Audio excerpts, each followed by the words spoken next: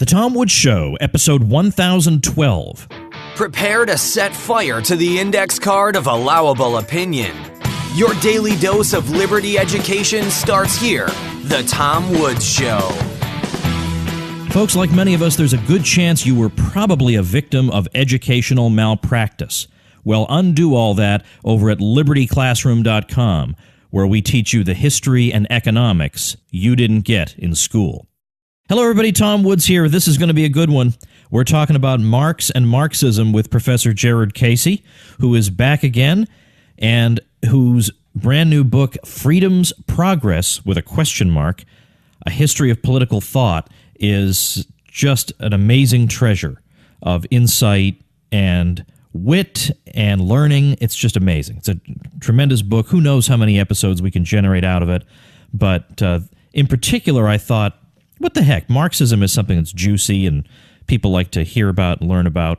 So I thought that is our next topic. There's nothing that says we have to go through this book in chronological order, so I skipped ahead a bit. I skipped ahead, I guess, a few millennia, more or less, couple of millennia.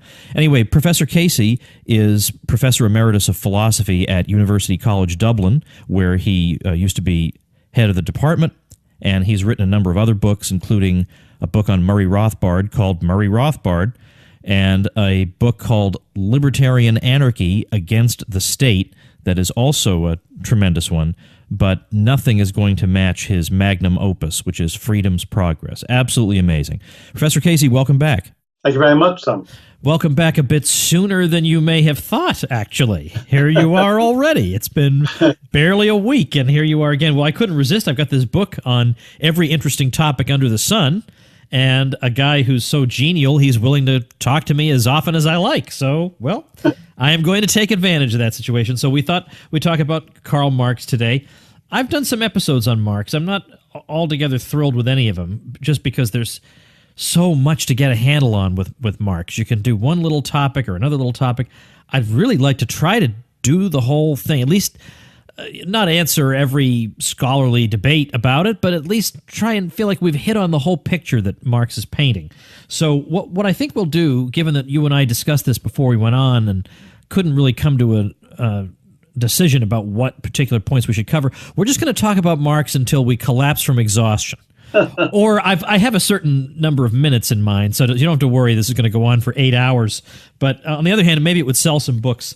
All right, so let's talk about Marx. Before we get into his thought, is there anything in Marx's personal life that you find especially revealing, given the type of ideology he would later develop?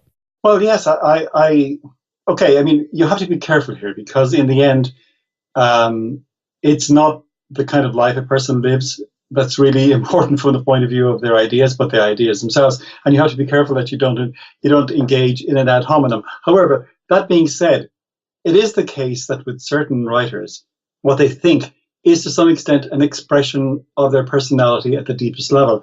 I would think, for example, of St. Augustine as one of those people, and Rousseau would be another, and indeed Marx is also one. So I think in the case of some authors, I think it is actually helpful to know something about the kind of life that they led and so on. I think that adds to the understanding of their thinking.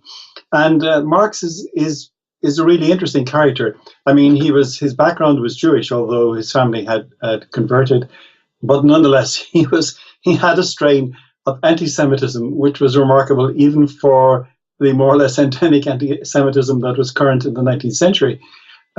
He, like Rousseau, as Rousseau sort of loved mankind in general, but no one in particular, that he managed to hate a lot of people. So Marx as well sort of loved workers in the round and at a distance, but for the individual workers, he had nothing but scorn. He was really, I suppose, to some extent, an academic manqué. He had sort of failed as an academic, and he sort of despised manual workers, so he had a very sort of strange attitude towards work for somebody whose major work is capital and the critique of capitalism. He also was a very strange scholar, if indeed what he was. Once he came to England, by the way, he never learned to speak English properly, which is really bizarre. I mean, he spent what, 35 years living in England as Engels' pensioner, and never managed to speak English properly, never managed to visit an English factory, despite the fact that Engels, who was pensioning him off, actually owned a factory in Manchester, and locked himself up effectively in the British Museum. Also, even though he has some claim, I suppose, to be an economist of repute, and in terms of his influence, certainly is vitally important, even if his thought isn't in the end all that coherent. Nonetheless, he didn't really keep up with developments, and he didn't really keep up with the Mengerian principle as it was developed in the 1860s and 1870s. Marginal utility and subjective value, yeah. Yes, indeed. So a very strange character indeed. Right. Okay, yeah. So now let's go from there. I mean, there are stories about the way he treated people, and you're right. He doesn't seem to have had any interest in actual real life workers and all that. Let's get into the meat of his thought here, and to do that, let's actually go right to the Communist Manifesto. It's short, it's understandable, and let's see what we glean from it in terms of what is he calling for. I mean, we will talk about his economics because you have to, but what kind of a society is he calling for? Now, first thing is, I do want you to say something about what he has to say about the bourgeoisie, which is the class that will ultimately have to be smashed and expropriated, but he and Engels have some kind words for the bourgeoisie because they appreciate its role in history. Indeed.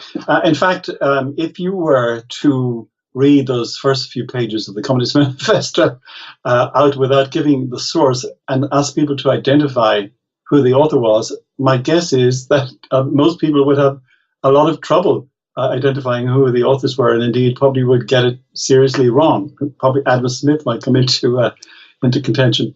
But yes, so Marx and Engels in their Communist Manifesto, which was written when Marx was a very young man, in just about 30, the bourgeoisie were praised for providing cheap and plentiful commodities, creating a huge number of towns, steam navigation, railways, electric telegraphs, clearing continents for cultivation, and indeed the canalization of rivers, the application of chemistry, industry, and agriculture, and, in a wonderful phrase, rescuing a considerable part of the population from the idiocy of rural life. Okay, so that's not a bad piano phrase. No, it's not. It's not. But what I find interesting, gosh, I'm afraid we're going to look. I'm just going to cover stuff. We're just going to go till we're exhausted. Okay. All right. Because I want to talk about on the minus side what he says about capitalism, because the minus side is actually quite bizarre when you read through what his criticisms are of the role of the bourgeoisie in history. And by the way, what do we mean by bourgeoisie, in case anybody's confused? Well, the bourgeoisie was, if you like, the class of people who emerged, I suppose, contemporaneously with the Industrial Revolution. Those who were those people and those who served them in the middle, the industrialists, the factory owners, those who took advantage of, if you like, of the technology developed in the late 18th and in the 19th century to increase production enormously. Which indeed, as we all know, increased for the first time in a really significant way, was the major event which increased the ability of human beings to earn something well above the bare standard of living, of survival that they had done since almost the beginning of human history. All right. So, in other words, it doesn't really translate that well. People sometimes translate it as middle class, but in a 21st century sense, middle class is like, it's still a wage laborer, a salaried employee or something, and that's not what he has in mind with bourgeoisie. These are the people who own the means of production. These are the people who will have to be. And then there's some controversy about whether he really intends that there must be a violent confrontation with them. That's a separate matter. So anyway, let's go back to what are the minuses of the bourgeoisie in history.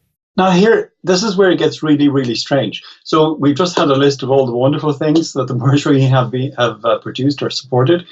And you might say, okay, well, what's on the negative side? And it turns out that they're criticized, wait for it, I mean, this is really hard to believe, but if you don't believe me, go and read the Communist Manifesto yourself. The bourgeoisie are criticized for having ended feudal, patriarchal, idyllic relations and torn aside the ties that bound a man to his natural superior. Okay, and turning the intellectuals and the professionals into wage laborers. Now, this is really, really strange.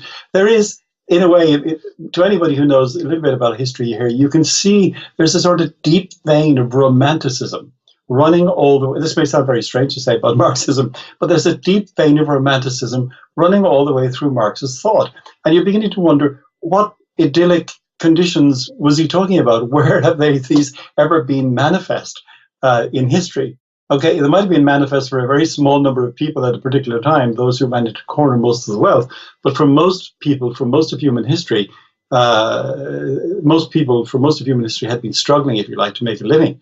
And indeed, anything like a bad harvest or bad weather conditions could lead to ruin, starvation, and death. So where is this? Where were these idylls, and who was living in them? I have no idea. I don't know that Marx has either. No, and nor do I. And then the bourgeoisie has torn asunder the motley feudal ties that bound man to his natural superiors, so that nothing remains to connect one person to another, even in the family, save the cash nexus. So we've often heard this claim that, well, capitalism binds you only by cash and explicit contract and whatever. And so this is Marx's romanticism coming through, that, for the days when we were bound by something greater than mere cash. Well, I'd rather be bound by cash than feudal relations, you creep. And even though, of course, he's supposed to be against feudalism because capitalism is the next stage in historical development, but capitalism supposedly tears asunder all these other ways human beings might be bound together other than cash. But anything that preceded capitalism was vastly worse in that regard. I mean, what's the most charitable reading of this? I don't really know. I mean, I've obviously read the material and I've written on it, and I'm kind of mystified by it. As I say, you really have to think that somebody is in the grip of a theory here, looking back, as it were, at some kind of golden age in the past. But in a way, that runs against other things in Marx, because Marx is really future directed, because the golden age for Marx is really more in the future than in the past. Now, it's not impossible, by the way, that you could have a golden age in the past and in the future. But I find these particular criticisms of the bourgeoisie to be really, really peculiar. In fact, one of the things that you see after the Industrial Revolution is the emergence of the bourgeois family in a way that you really haven't seen before. Indeed, if you take it that marriage was something that was largely confined to the wealthy because they had property to defend, whereas those who weren't wealthy simply sort of lived together in de facto, what we now think is common law marriages. In the late 18th and 19th century, marriage is something that is entered into with gusto by the bourgeoisie, and indeed even those people, even the proletariat. Okay, and it's not until we reach the 1960s and 1970s, after the sexual revolution and the technological revolution, that marriage begins to go out of fashion again. So in a curious way, the ties that bind, the non-commercial ties that bind in the family, if they do anything, in fact, increase and develop rather than decline. It's really peculiar. We could go on here. I mean, in your bullet points, you've got religious fervor has been subordinated to egotistical calculation. Well, as an atheist, why was this egotistical calculation would have to be preferable to what he would think is just pure superstition and mythology? Yeah, again, very, very odd. And there are, if you like, you can see, and people have argued that Marxism is, in a sense, an ersatz religion. And to some extent, apart from having, if you like, a future state, an eschatological state, in which the communist well-being of everybody in the future, if you like, takes the place of the Christian heaven. It's also the case that the kind of attachment that people would have to one another and the way in which they would relate would be the kind of ways in which, in an idyllic Christian state, for example, they would relate to one another. But in a sense, Marx is not entitled to have that, right? You can't have your cake and eat it too, right? So, but it is very peculiar. There is this, people tend to think of Marx as being sort of dry as dust, and indeed, if you read Capital, of course, that's the impression you get. But there is, what kept him? Here's the question. What kept a man sitting on his own in the British Museum for the best part of 30 years, essentially unrecognized, unrewarded by the general population, ignored, because remember, he was just one of many expatriates living in London, inhabiting the British Museum. He was no more, if you like, well known than anybody else, and indeed he wouldn't have survived without the subvention received from Engels. So what keeps a guy in here? And there's some kind of quasi-religious commitment which drives him forward and keeps him going through all of those arid years. Well, good question. What would keep somebody going through reading all these works is the real question, right? I mean, particularly, well, anyway, we'll get to Capital probably later, but let's turn to the topic of alienation. I think some people here, and Rothbard in his History of Economic Thought says that what Marx meant by alienation is something much more extreme than what most people think. They think maybe it means boredom when you're working on an assembly line or something like that, but it's much more radical and sweeping than that. How would you explain his view of alienation? All right, well, as I see it, alienation, again, comes from the early thought of Marx, and to some extent is replaced in Marx's later ideas by the notion of exploitation. But the alienation here is the idea that somehow the conditions of modern life, as it were, eviscerate your very soul from you, so that you're, in a sort of radical metaphysical sense, you're separated from what is really you in some deep way. Now, there are four particular kinds of alienation. The worker, he thinks, is alienated from the product of his work. So you make a chair, and the chair is outside you and it's apart from you, and then somebody, as it were, comes and takes the chair away. So the product of your work is removed from you, is alienated from you. Okay, that's one thing. You're alienated in a deeper sense from the very act of working, because what you are forced to do in order to make a living is to engage, at least not everybody, but many people, you're forced to engage in forms of labor that are not really an expression of your personality, and therefore your act of working is alienated. Now, those two forms of alienation make some kind of sense, and we can critique them, but they're not obviously crazy.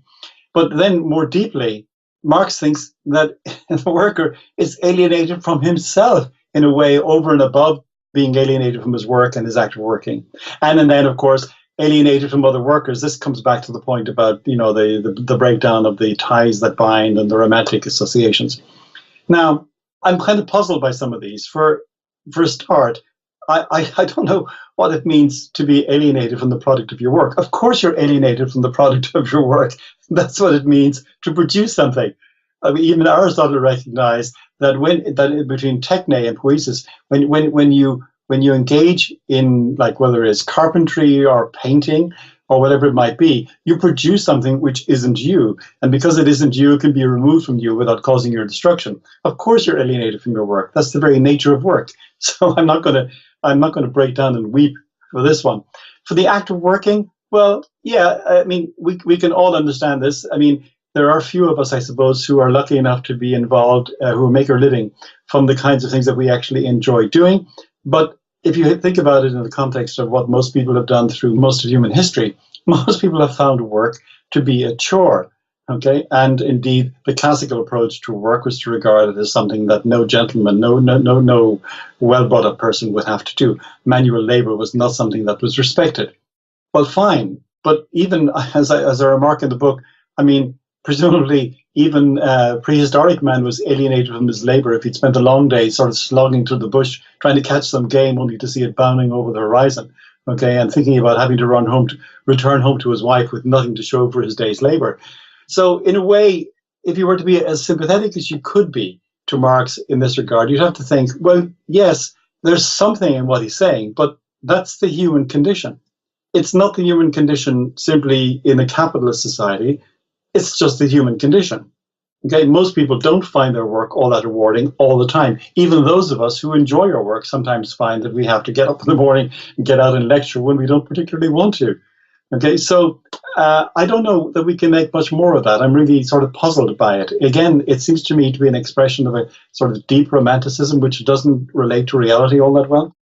And of course, you're serving other people. And sometimes when you serve other people in other areas of your life other than work, even that's not that pleasant. I mean, when you're up all night with a child who's sick, it's not like being up all night in and of itself is a great thing. and that you would choose to do it if the circumstances were different. You're doing it because you want to help somebody else. And the same thing goes with your work.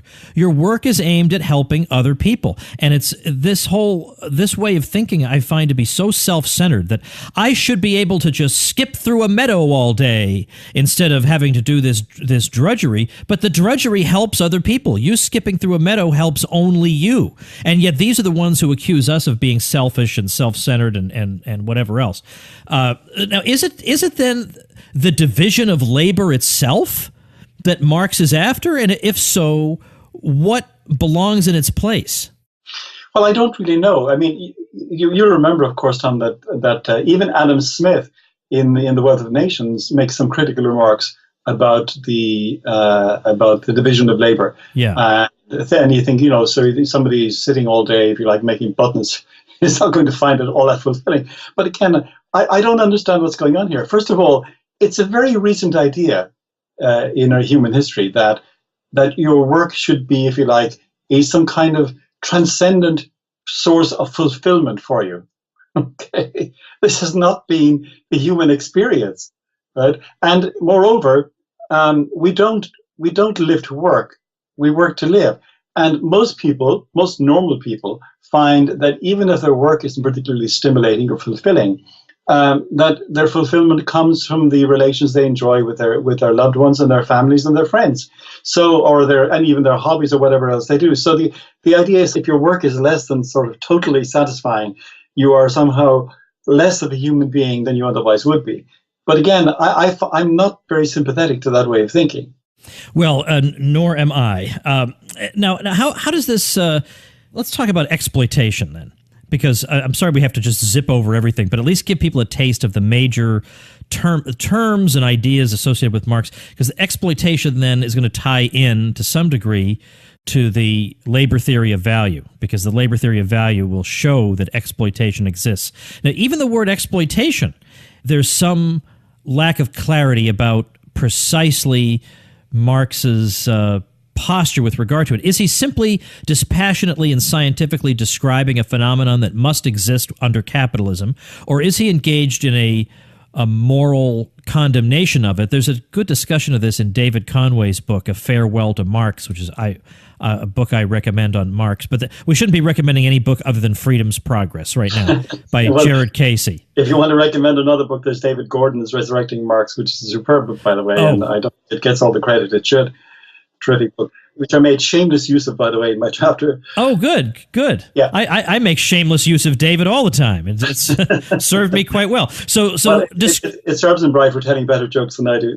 Right. Now, describe when a typical Westerner uses the word exploitation, the person means it in a more colloquial sense. Marx meant something rather specific and technical by it, which is why the word evokes in us a moral response. But he may not necessarily have intended one, because he is just saying, well, this is the way capitalism works, and this happens, and then this happens. So what is it that's happening that yields us the term exploitation? Okay, so the colloquial use is, let's just run by it very quickly. I mean, if I steal from you, right, if I take your property without your permission and convert it to my own use, then clearly I've exploited you in that sense, and that's both illegal and indeed immoral. But I think the sort of standard account of exploitation given by Marxists, by the way, and not necessarily by Marx, I'll come back to that in a second, is that exploitation involves a situation in which, in a capitalist economy, the capitalist uses the worker and pays him for a certain amount of work that he does, but forces him somehow to work for more than that, and then keeps the difference between what the worker is paid for in terms of his production and the extra amount. And that extra amount is the exploitation. Now, I say that's sort of standard account and not necessarily Marx's account, because as you might expect, scholars actually argue about this and so on. But so that would be the idea. And if I engage with you, contract with you for X, and I force you to produce X plus delta, or some supplement on top of that, then in a sense I've got the delta, I've got the extra amount in a suspicious manner. And if that's the case, then yes, there has been exploitation. I've been taken advantage of in some particular way. Now, is this necessarily part of the way capitalism works? Again, scholars differ on this, but I think that the standard account says, yes, this has to be the way in which capitalists, as it were, make money by, as it were, paying for a certain amount of work, but getting the worker to work more and then keeping the difference. And that's where the capitalist makes his profit from. I don't know about this. Again, if you read Marx on this, well, reading Marx, by the way, by the time you get to the later Marx, I mean, reading Marx, whatever charm there is in the Communist Manifesto, there is very little charm in Capital. And it's very difficult somehow to understand exactly what it is that Marx is doing. So in the chapter on Marx, one of my longer quotes, indeed one of the longest quotes in the book, is from Marx, where I reproduce the passage where he tries to explain how all of this works. And I leave it to the reader to figure out whether he can make any sense of it, any better sense of it than I can. There is another account, however, of exploitation. The Marx scholar Leszek Kolakowski points out that... which I've read some of his stuff. I had not read what he had to say about exploitation. Yeah. This blew my mind. Yeah, this is really interesting, and it goes to show again. This is why we made the remark earlier about the difference between Marxism and Marx. And Kolakowski says, and I'm quoting now, he says, Marx himself ridiculed the utopians and Lassalle for holding that the worker should receive, in the form of wages, the whole equivalent of the values produced by him, but rather that surplus value should accrue to society in various ways that, in fact, it actually does under capitalism. Now, this is not the standard sort of account, but, Kolakowski tends to know what he's talking about. And in that case, exploitation then concerns not, if you like, a form of robbery of the individual worker, but rather a kind of lack of control by society over the use of surplus product. And it's more or less, and not something that can be totally eliminated. And then Kolakowski goes on to say, and this is really, really bizarre, he goes on to say, that if instead of private ownership, the power to control the means of production and distribution were to be confined to a small ruling group, uncontrolled by any measure of representative democracy, think the Soviet Union, okay? Yeah. There would be not less exploitation, but a great deal more, okay? Which, again, should give any Marxist really pause to think. Yeah. So that socialist communities, in fact, wouldn't be the examples not of the abolition of exploitation, but indeed of exploitation in an extreme degree. Yeah, exactly. So fun to turn these things around on Marx. Now, I personally find it rather technical to tie in. I mean, it can be done, but I don't know how easily it can be done on a podcast, to tie in precisely how the labor theory of value is necessary for the exploitation theory. Now, later on, by the way, of course, a lot of Marxists will say, we don't need the labor theory of value. Maybe Marx, who knows if he was right or wrong about it, but that's not necessary to Marxism. But yet, as you see it expounded, the labor theory of value is distinctly tied up with exploitation theory. So if there's no labor theory of value, where does the exploitation come from? And then if there's no exploitation, where's the class-based revolution going to come from? It seems like it does kind of stand or fall on the labor theory of value. Well, yes, I think indeed it does. And one of the virtues of David Gordon's book, Resurrecting Marx, is he considers those writers, I suppose you'd call them sort of revisionist Marxists, some of whom attempt to because of the embarrassment of the labor theory of value, try to get rid of it, and therefore have to find a substitute which will explain the whole notion of exploitation. And he argues, I think, very convincingly in that book that they haven't really managed to do it. Sort of Marx without the labor theory of value is a bit like Hamlet without the Prince of Denmark. Yeah, indeed. So, say something, though, about the labor theory of value. It's easy to caricature this. He's not saying that if you spend 10 hours, making pies out of beach sand, that means they have to have value because you worked on them. It doesn't mean anything like that. Well, the sort of naive version of the labor theory of value would say that something is worth the value of an object that is made or manufactured is equal to the amount of labor that went into it. Now, the trouble is that labor, of course, is physical activity or mental activity, and it's hard to know how you would actually quantify that in some particular way. But of course, it doesn't take much to see that even if you got over those difficulties, it would be tricky to explain that. So the example I give in the book is if I if I have some bizarre hobby of constructing the Taj Mahal out of bits of wood, and it takes me 20 years to do it, and I work in it sort of 40 hours a week, and I say, oh, my labor's worth at least $5 an hour, and therefore my now wooden construction of the Taj Mahal is worth, I don't know, $250,000. The thing is, well, is it? I mean, who's going to give you that for it, right? And the answer is no one. So the naive view, the naive account of the labor theory of value, of course, will immediately falls to the ground. And so Marx then comes up with the notion of socially useful labor. But the trouble is, the advantage of the labor theory of value, the naive one, is that you can actually count a number of hours that somebody works. The trouble when to get rid of the idiocies of that particular theory, you start refining your notion of labor to make it socially useful labor. You've now lost the sort of immediate intuitive grasp that was obvious in that particular account. And so who decides what socially useful labor is? And again, so what you've done is you've swapped out one difficulty and you've given yourself another.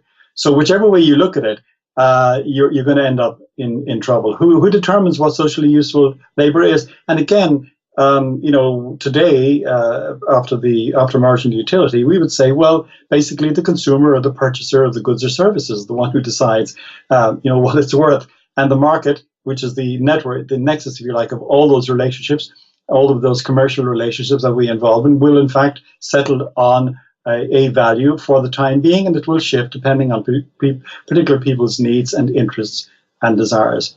So whichever way you go, the labor theory of value really is a very sort of weak reed to build your theory of exploitation on. Can we move now to his theory of history? Yes. All right, so the history is driven by class struggle, so then we have to talk about class. And Rothbard's view was that class is actually very badly defined in Marx. This central concept is badly defined. So what's your best effort to define that and then explain how it's the driver of history?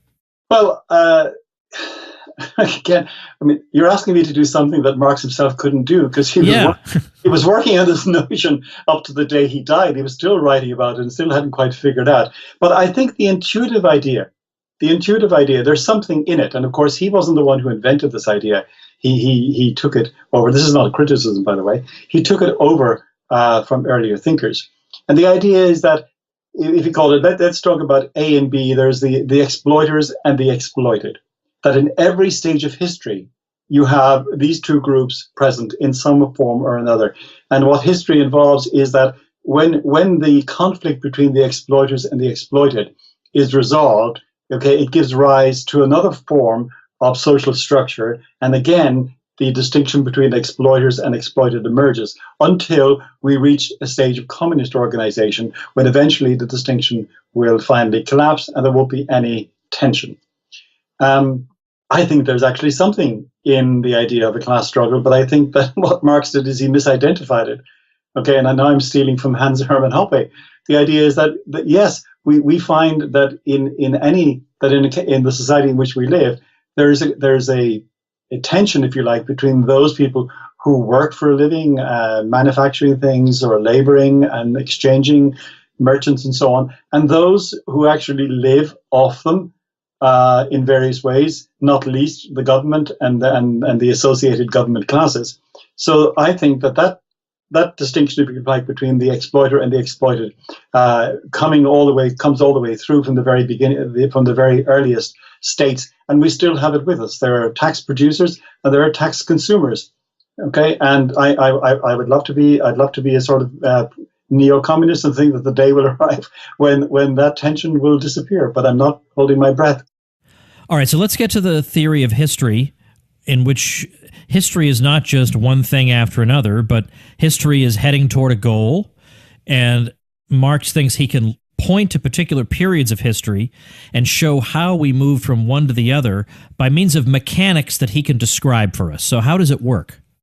Well, again, he takes this idea really from Hegel, with the idea that there is this kind of a thesis and antithesis, and there's a kind of an energy or a tension between them, and eventually that's sort of resolved. But until it all comes to an end in some idyllic future state, you're going to have that antithesis and thesis division repeated. So he argues, for example, that in every age, the dominant mode of economic production and exchange, together with the form of social organization which it has, form a base on which is constructed the political and intellectual life. So that we tend to think that our ideas, if you like, are influential in controlling our environment and the conditions in which we live, our religion and our politics. But Marx actually argues the other way around, that it's the forms of economic production which determines the way in which we think.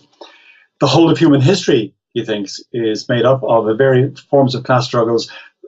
Capitalism is the latest one. Before that, we had the feudal one. But he thinks that in the case of the capitalist struggle, we're going to have, between the exploited class, which is the proletariat, once we reach a communist situation, or rather when this tension between exploiter and exploited is finally resolved, then there will be no more class struggle.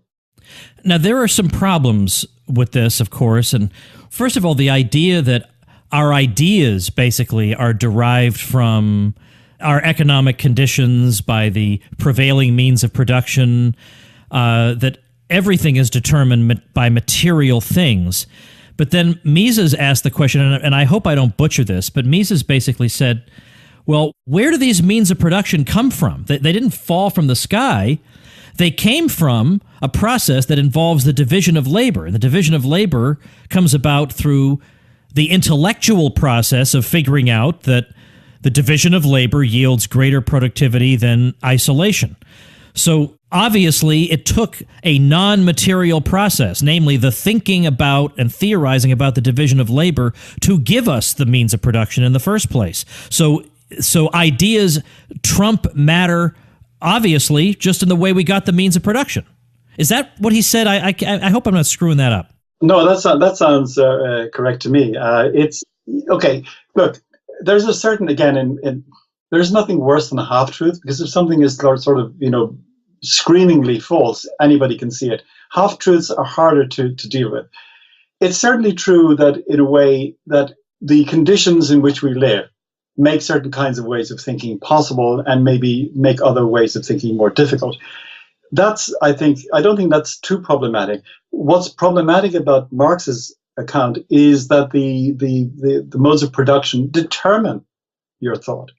And most of us would think, well, hang on a second, it's surely reciprocal. Surely it's the case that the ways in which we think, if you like, as you just said, enable us to develop various forms of production. Those forms of production make possible other ways of thinking. Those ways of thinking make further ways of production possible, and so on and so forth. So it's interactional, right? Marx wants it unidirectional, and that's bizarre.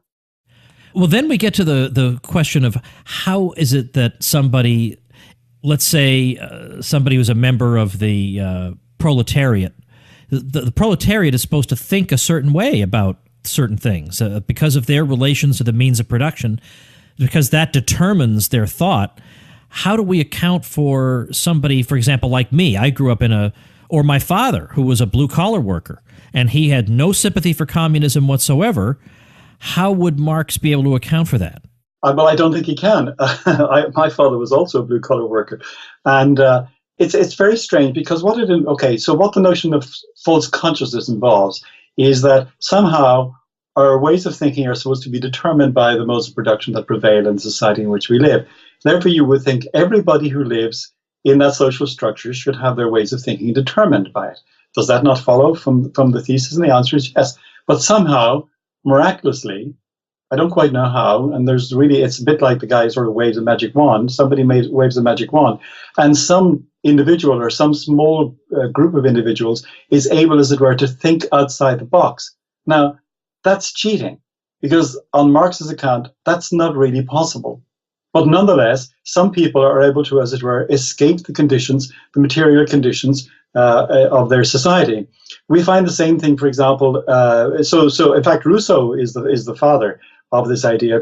But of course, you find it today in various forms of feminism. The idea, for example, that if a woman, for example, wanted to choose, say, to work inside the home and found that fulfilling, she would be told that she's suffering from false consciousness. And of course, the answer, there's a logical problem with this. And it's if all our thinking is determined by the material conditions of production, okay, and so why then isn't false consciousness universal, right? And in fact, in other words, if consciousness is false, it can be false only if it's possible for consciousness not to be false. Because if it's all false, then it makes no sense. It's incoherent, right? Something is, for example, something is false only if it's possible for another proposition to be true. And therefore, if there isn't a true consciousness, right, you can't have a false consciousness. But of course, on the Marxist account, it's very difficult to explain how you can actually have a true consciousness. That's leaving aside the question of why it is that some particular enlightened group of individuals manages to be the recipient of this, and why it's not open, for example, to those who are accused of having false consciousness, why it isn't open to them to turn around and say to those who claim to have some form of true consciousness, it's the other way around, buddy. Okay? Why is it that it isn't you who's actually suffering from false consciousness, and that I and my fellow thinkers indeed have the true consciousness? So the whole idea is incoherent. Maybe it would help if I gave another example. In Freudianism, for example, if when you went to see your analyst and he came up with an account of why it is that you were having the problems that you were having, and you said, but because you had, suffered abuse as a child or whatever it might have been, and you said, but this never happened. And he would say, well, of course it did. And the fact that you're denying it is simply an affirmation of the fact that you're resisting the account. This is simply more evidence in favor of my theory. And of course, if you have a theory that is simply unfalsifiable, nothing in principle could ever actually turn it around, then it's completely vacuous. And the notion of false consciousness is completely vacuous. And Marx's account of the determination of thought from the conditions of production is in the end vacuous. The last couple of things I wanted to ask you, first I was going to be, what is it that Marx wants? And then I realized he would never phrase it that way. It doesn't matter what I want, it's going to happen.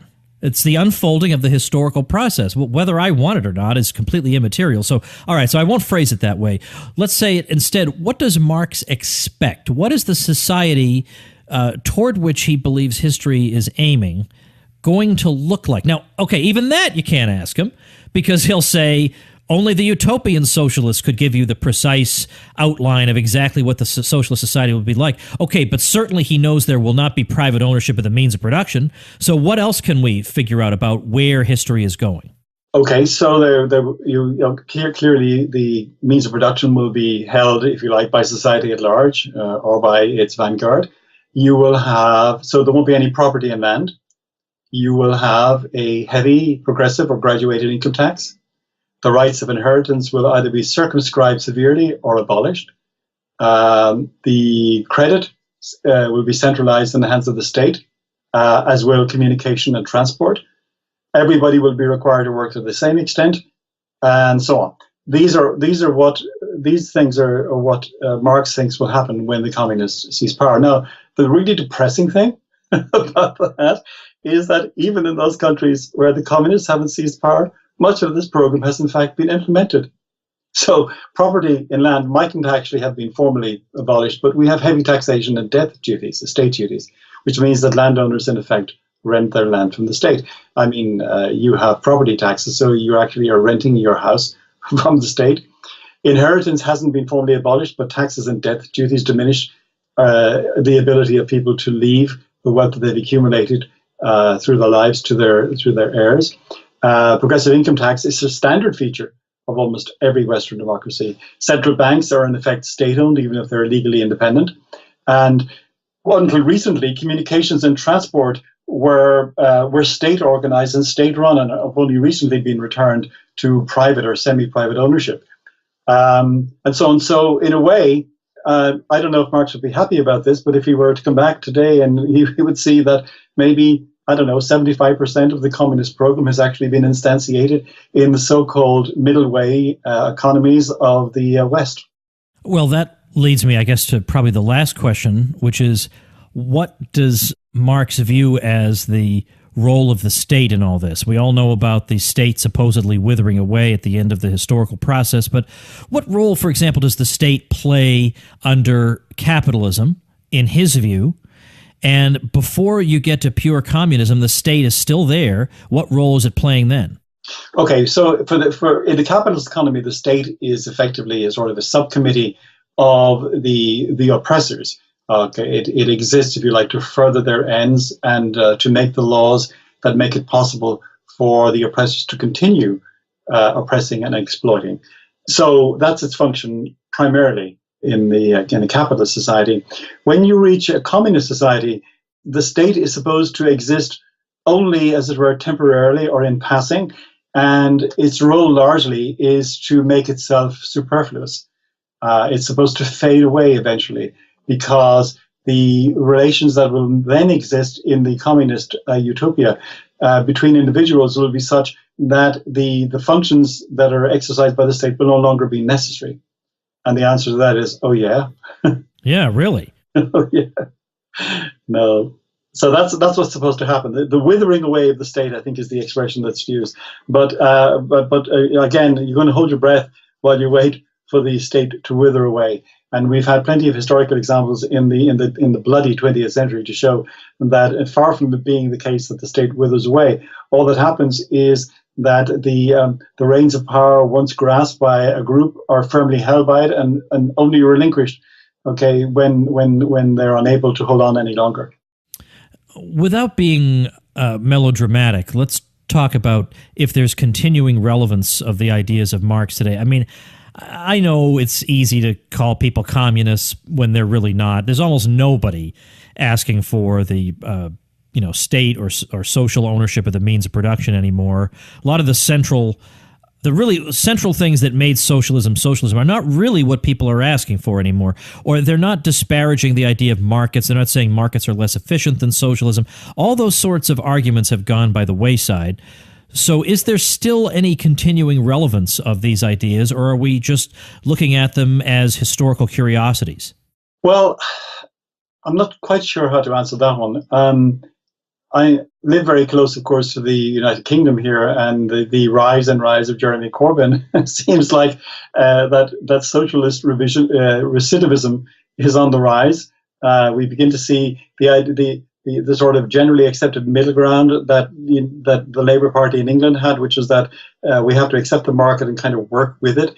It seems to be under a bit of pressure from Corbyn. He may, in fact, have to face up to reality and realize that he can't, in fact, do without it like every other Labour leader. But nonetheless, the rhetoric is startlingly old-fashioned.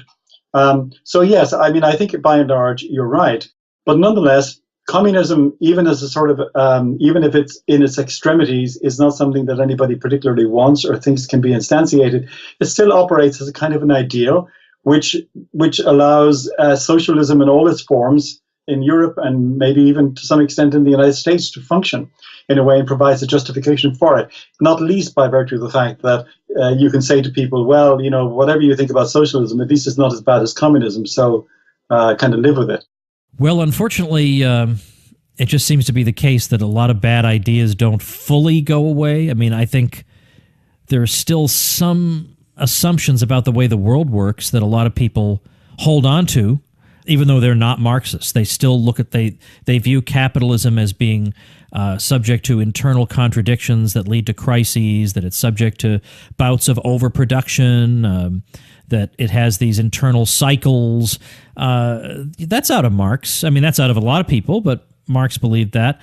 And if we take the moralistic version of his discussion of exploitation, I think some people kind of believe in something like that. So even though they probably don't even know they come from Marx, I mean, for crying out loud, look at how many times you take polls of American students and they think from each according to his ability to each according to his need is taken out of the U.S. Constitution. So these things still need to be talked about and smashed, because even if you don't have outright Marxists on your hands, you have people who just casually buy into a lot of really crummy and patently false assumptions. So you're here to help us smash them. I agree. I mean, there's a saying that there's no point in flogging a dead horse. But even though some horses appear to be dead, they really need to be soundly flogged again and again and again. Yeah. Because their sort of zombie-like capacity to resurrect is amazing. I mean, Terry Eagleton wrote a book a few years ago called Why Marx Was Right. And I had the opportunity to take part in a debate with him at Trinity College in the Historical Society, which he helped me to win, by the way, not deliberately. He was on the other side. The motion was that this house welcomes the demise of global capitalism. And he was so annoying that he actually managed to get the crowd of with its students to come down on my side, which is totally amazing. But in his book, having gone through why he thinks Marx is right and all of these things, he has this wonderfully kind of economically naive idea that we can have an economy that is neither centrally planned nor market governed, and in which the resources are supposed to be allocated by negotiation. He never says between whom, by the way. And policy is to be determined by representative assemblies through a process of devolved and detailed planning. Oh my God, that sounds like hell on earth. Yeah. Okay. That would never end. That would be, there'd be dead bodies on the floor by the time that meeting was over. Well, if you ever wanted Frosties, you're going to be waiting for them, because you have to wait for the committee and the subcommittees and everything to get together and sort it out. You don't know whether to laugh or to weep.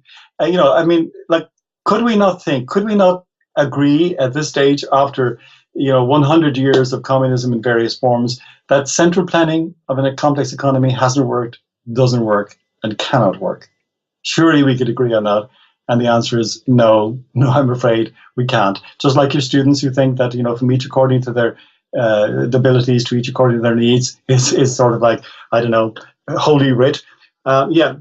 These things come up again and again and again and need to be hit firmly on the head every time they arise. No kidding. All right. Well, that's what we're doing. You're here. You're our righteous smasher with your glorious hammer. The hammer, by the way, is your book, Freedom's Progress, A History of Political Thought. And the thing is so huge and heavy, it actually might be more lethal than a hammer. So it's definitely worth reading. And yes, it's going to be pricier than the average book, but this book is 1,000 pages. It's like 4 books. So if you're getting it for the price of 2 or 3, that's still a bargain. So I want to urge people to check it out at tomwoods.com/1012, which is our show notes page for today. Get your copy of this book. It's just this good on every topic that it covers. So definitely do that. And Professor Casey, we're going to get you back on again. We're going to talk about something else. All right, whenever you want, Tom, whenever you want. Thanks so much. All right, bye now. All right, folks, I got a podcast to tell you about, brand new, or new-ish, from a voluntarist or libertarian perspective. It's called Our Coward Kings, which you can check out at ourcowardkings.com. And as you scroll down, you'll see there are episodes on, here's your quick guide to the economic problems with socialism, or here's how government racks up so-called temporary government programs during crises and how they become ossified into permanent government programs. Or don't be afraid of automation, which of course takes on an important topic these days. Episodes on the non-aggression principle, on taxation, on money. Is it really the root of all evil? An excellent array of topics, very much worth checking out at ourcowardkings.com. Of course, you get publicity like this, too, if you use my link when you get your hosting. And when you use my link, you also get the best price Bluehost has for hosting. And you can get the details on this and all the other bonuses you get that give you a nice burst of free traffic right out of the gate with your brand new site. Get the details on how to do all that and get all these nice bonuses at tomwoods.com/publicity. All right, next week, if all goes well, I got James Damore from Google, and we'll check in with him and see what he's up to now and lessons learned and perspective he's gained over the time since the controversy hit. So we got that going on. I've got several things that I think I'm going to be able to swing, but we're just going to have to wait and see. But if I can get Ron Paul back on to talk about his new book next week, I am just going to move mountains to make that happen. I have a bonus episode coming up this weekend, and then next weekend I have another bonus episode. By popular demand, I've had people say, why don't you talk more to listeners of the show? And I thought, okay. I have had a bunch of listeners on. I can think of at least half a dozen, probably more, who just have interesting stories that I've wanted to share, like the guy who was a police officer, and then he read Rothbard and decided he didn't want to do that anymore. Interesting stuff like that. But in particular, how about success stories? Because I'm always talking about, why don't you start a website to do X or Y, whatever. What about people who've had success with that? So I've got some excellent examples, people from my private Facebook group or my bloggers group who have had a lot of success, basically just following steps that I've recommended. Let's talk about it. What did they do? How did they do it? I think that'll make for a good one. So that's going to be weekend after this coming one. So that'll be, I don't know, I can't calculate the number How am I going to know what episode number that is? That'd be impossible. I'd need an advanced degree to figure that out. But that's coming up by early October. We'll just put it that way. And speaking of early October, I very much hope to see some of you at the Mises Institute's 35th anniversary event in New York City, which is going to be out of this world, like once-in-a-lifetime event. I just cannot wait for that. So hope to see you there. If not, hope you'll be listening in to the next episode of The Tom Woods Show. See you later. Become a smarter libertarian in just 30 minutes a day. Visit TomWoods.com to subscribe to the show for free, and we'll see you next time.